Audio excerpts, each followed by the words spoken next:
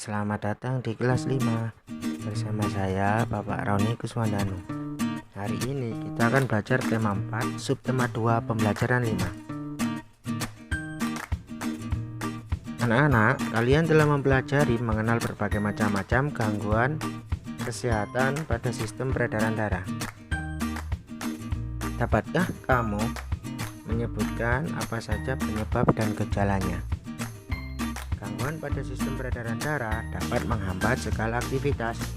Ada beberapa faktor yang mempengaruhi kesehatan sistem peredaran darah pada manusia. Nah, apa saja faktor-faktor yang mempengaruhi kesehatan peredaran darah?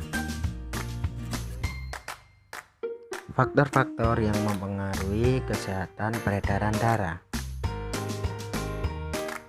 Yang pertama, faktor perilaku. Yang kedua, faktor lingkungan. Yang ketiga, faktor pelayanan kesehatan. Dan yang keempat, faktor keturunan. Faktor perilaku. Kebiasaan masyarakat yang kurang baik akan berdampak negatif bagi kesehatan sistem peredaran darah. Misalnya, kebiasaan merokok, mengonsumsi makanan berlemak, dan mengkonsumsi minuman beralkohol. Jadi kebiasaan ini yang bisa menyebabkan kesehatan sistem peredaran darah kita menjadi kurang baik. Jadi pesannya Bapak, hindari mengkonsumsi makanan berlemak, merokok, dan mengkonsumsi minuman beralkohol. Jangan sampai kalian mengkonsumsi apa yang ada di gambar ini. Untuk makanan yang berlemak, contohnya seperti makanan cepat saji, daging olahan, itu dapat memicu penyakit di sistem peredaran darah kita. Jadi kalian harus lebih berhati-hati. Selanjutnya, faktor lingkungan. Lingkungan yang bersih sangat berperan dalam meningkatkan kesehatan. Perbandingan angka orang sakit yang signifikan terjadi antara lingkungan yang bersih dengan lingkungan yang kotor. Penyakit yang sering menyerang sistem peredaran darah, misalnya demam berdarah yang disebabkan oleh nyamuk Aedes aegypti. Nyamuk ini berkembang biak di tempat-tempat yang kotor, di lingkungan yang kurang bersih. Jadi menjaga lingkungan di sekitar kalian sangat penting untuk menekan angka penyakit demam berdarah. Selanjutnya, faktor pelayanan kesehatan.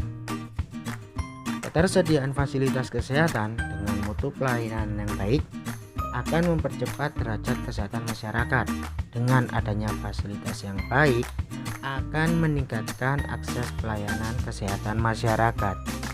Ketersediaan fasilitas harus diikuti dengan keterampilan tenaga kesehatan yang merata, mencukupi, dan mempunyai kompetensi di bidangnya, seperti dokter, perawat.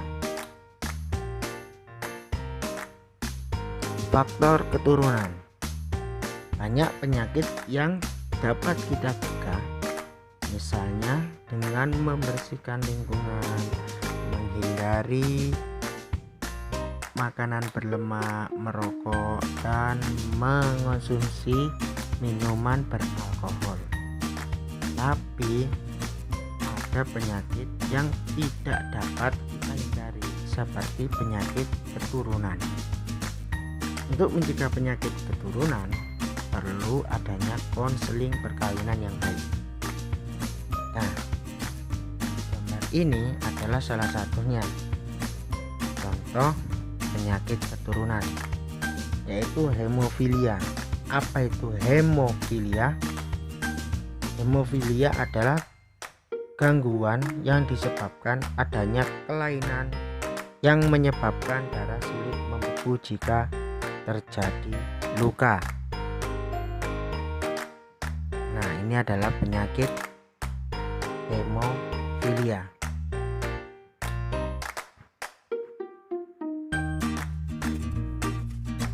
Nah, anak-anak, Bapak ada latihan soal yang bisa kalian kerjakan di buku tugas kalian. Soal yang pertama, apa nama penyakit gangguan organ peredaran darah yang sering menjangkiti masyarakat yang hidup di lingkungan kumuh? Yang kedua, mengapa lingkungan yang kotor dapat memicu terjadinya penyakit demam berdarah? Yang ketiga, apa saja makanan yang dapat memicu terjadinya penyakit yang dapat menyerang sistem peredaran darah manusia? Silakan dikerjakan di buku tugas kalian.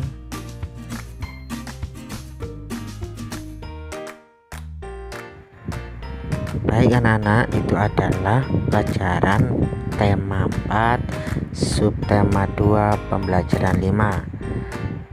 Silahkan dikerjakan tugasnya. Pak Roni akhiri. Wassalamualaikum warahmatullahi wabarakatuh.